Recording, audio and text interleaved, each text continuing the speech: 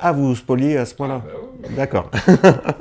Salut à tous, je suis Yurigon, nous sommes en plein milieu de l'été 2021 et Kaamelott premier volet triomphe au cinéma. Et même si la plupart des héros de la série sont de retour pour le plus grand plaisir des fans, et ben de mon côté je ne peux m'empêcher de m'étonner de l'absence d'un protagoniste, le frère nourricier du roi Arthur, que un personnage discret et que l'on a jusque-là uniquement vu dans la 5e saison, mais qui est pourtant porteur de nombreux éléments chers à la saga arthurienne, en tout cas telle qu'elle a été réimaginée par Alexandre Astier, et c'est donc avec l'idée de revenir au mieux sur tous ces éléments que je suis allé à la rencontre de celui qui incarne que à l'écran, Christophe Kourochkine. Avant de se lancer, n'oubliez pas que si vous appréciez cette nouvelle vidéo, la meilleure manière de soutenir la chaîne, c'est de s'abonner et d'activer la petite cloche pour être au courant des prochaines sorties vidéo, justement.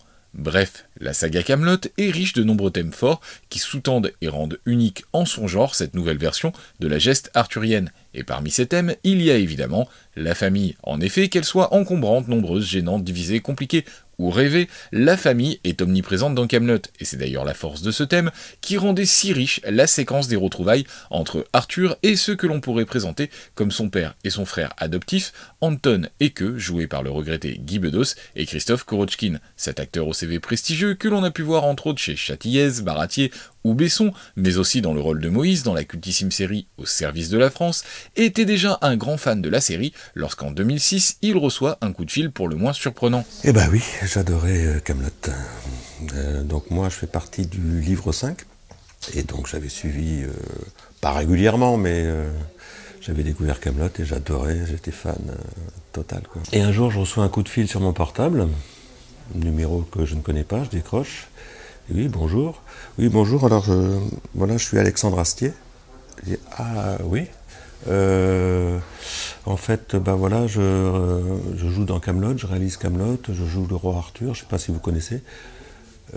Si. Bah, je vous appelle parce que j'aimerais vous proposer un rôle dans un épisode pour faire le fils de Guy Bedos. D'accord, bon, bah, avec plaisir. Il me demande, ça vous plairait? Bah, oui, moi j'adore la série, je vous connais, avec grand plaisir. Bon, bah, c'est bon, donc on se retrouvera à Lyon dans quelques semaines et à bientôt, merci. Voilà. Évidemment, malgré la filmographie de Christophe Kourochkine et la présence de Guy Bedos sur le plateau, pas de favoritisme, et Alexandre Astier reste fidèle à ses désormais célèbres méthodes de travail. Alors, bah, je savais que c'était le fils de Guy Bedos, Anton, Auberge et tout ça, mais on n'avait pas les textes, on a eu les textes la veille au soir. On avait le texte par terre quand on tournait, on regardait, et puis on disait les répliques, et puis bah, ça s'est fait comme ça. Ouais. Mais pour Alexandre Astier, qui est un grand amoureux de la légende du Graal, invoquer le personnage de Queux n'est pas anodin. En effet, ce personnage, également connu sous le nom de Quai, apparaît dès les premiers et plus anciens textes évoquant le roi Arthur, les Mabinogions. Dans ces récits gallois du Moyen-Âge, où Arthur n'est encore qu'un personnage secondaire, on découvre la légende de Culhwch et Olwen, qui ferait d'ailleurs un excellent épisode de Kaamelott, puisqu'ici un héros antique dont la fiancée a été enlevée par un géant demande de l'aide à un roi Arthur qui part immédiatement à sa rescousse, accompagné du chevalier Béduire, ou Bédéver en français, un chevalier d'ailleurs apparu dans la saga d'Alexandre Astier lors de Kaamelott premier volet, mais qui dans cette version est un manchot. Bon alors en garde, fils d'unijambiste. Et donc Quai, ou Queux, qui est d'abord présenté comme un chevalier ayant la capacité de retenir son souffle pendant 9 jours et 9 nuits. Je m'en fous si on me force à y retourner, je retiens ma respiration jusqu'à qu'on arrête de me forcer à y retourner. Mais au final, cette aptitude ne servira absolument à rien dans le récit. Moi j'ai voulu sauver la vie un jour, mais il était pas en danger. Dans la légende, c'est ça, c'est qu'il il est chevalier, il est arrogant, prétentieux, mais fidèle à Arthur.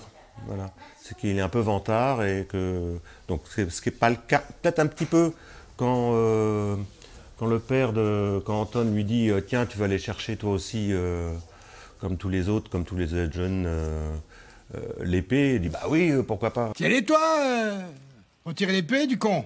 Ouais, bien voulu. Parce que dans la légende arthurienne, il est chevalier et apparemment il aurait fait un duel et il aurait oublié l'épée, son épée, et Arthur qui était son écuyer cherche une épée et il voit une épée dans un rocher, il retire l'épée et il la donne à Queue. Mais c'est un Queue très différent qu'imagine Alexandre Astier. En effet, dans Kaamelott, le héros légendaire qui a même eu donc le privilège de brandir brièvement Excalibur est ici tout autre, et je me suis donc demandé si cette réinvention avait été présentée ou explicitée à Christophe Kourochkin. Non, on n'a pas tellement parlé du personnage, ça s'est fait avec le texte, quoi, et puis au fur et à mesure dans le tournage, quoi, et puis il nous laisse libre de proposer, et à partir de là, il approuve ou pas, et puis des petites corrections, mais comme il est comédien aussi, il sait très bien comment fonctionne un comédien, et très bienveillant, très généreux, très pointu sur ce qu'on propose, et puis je me suis dit, en fait, c'est comme un vieux couple, il n'y a pas de femme, donc la mère n'est plus là, elle est sûrement morte. Et je me suis dit, en fait, comme il est à la cuisine avec un tablier en train de faire la cuisine, ils vivent tous les deux depuis des années, qu'il a pris la place de la mère et que... Tu te grouilles, pauvre débile. Faut pas faire cuire les œufs plus vite. Tel que c'est écrit, il en prend plein la gueule par son père. Je m'en souviens un peu de tout ça. On s'en branle. Quelqu'un de... J'allais dire soumis, non, mais... qui s'est effacé par rapport à son père, et que, comme il en prend plein la gueule, de toute façon c'est tous les jours pareil, et que...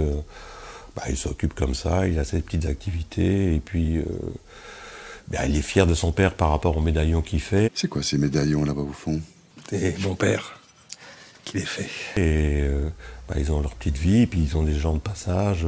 Ici, c'est comme ça. N'importe quel clodo qui rentre chez moi, de nuit comme de jour, il a une assiette devant le nez. Il n'y a pas de haine entre deux, c'est juste une façon de parler. Un du con, voilà, puis voilà, c'est... Hein, mon con?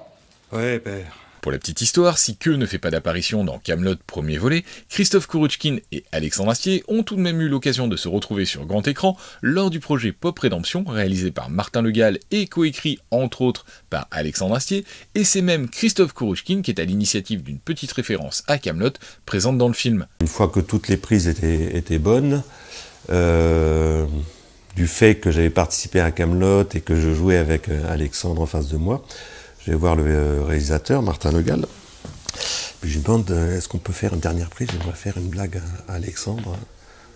Oui, si tu veux, on a tout ce qu'il faut, voilà, on fait une dernière prise. Et puis on refait la scène, et donc Alexandre dit, Même s'ils ont roulé à 60, les vampires pourraient se trouver au Portugal, voire en Belgique. C'est pas faux. Et là, Alexandre ne bouge pas. Donc après, une fois qu'on a fait ça, j'ai dit à Martin Le Gall, on l'a fait pour la blague, vous le gardez pas dans le film, et puis finalement, ils l'ont gardé. Dans la légende arthurienne, le blason de Queue représente deux clés, un parfait résumé de ce personnage qui réunit deux des aspects les plus importants de Kaamelott, lui qui, entre réinvention d'un héros fondateur de la mythologie arthurienne et invocation de l'un des thèmes forts de la série, apparaît dans le livre 5 comme un concentré de tout l'art et de toute l'écriture de Alexandre Astier, un personnage qui rattache Arthur à la Bretagne et Kaamelott tant par sa légende que par ses origines. J'ai l'impression que je suis déjà venu ici. Enfin, on le sait, le roi Arthur a amèrement regretté de ne pas être retourné voir sa famille d'adoption lors de la première ère de son règne. Et dans cette saga qui se réinvente désormais au cinéma, il ne me semble pas complètement impensable de voir un jour le seul autre personnage à arborer un pendentif similaire à celui d'Arthur se joindre à la table ronde agrandie qui se prépare pour la suite, lui qui en est l'un des plus anciens et fiers représentants. Et si vous aussi, vous rêvez de voir Queue rejoindre la table ronde, retenir sa respiration pendant 9 jours et 9 nuits, ou retrouver son légendaire binôme Bédévert, n'hésitez pas à me le dire dans les commentaires et à faire tout ce que l'on peut faire sur ce genre de plateforme tant qu'on peut encore le faire, comme liker, commenter, énormément partager, s'abonner et activer la petite cloche pour être au courant des prochaines sorties vidéo. N'hésitez pas non plus à aller faire un petit tour sur Tipeee pour soutenir l'avenir de la chaîne. Et d'ici là, et comme d'habitude, je vous dis un grand merci et à très bientôt pour de toutes nouvelles vidéos.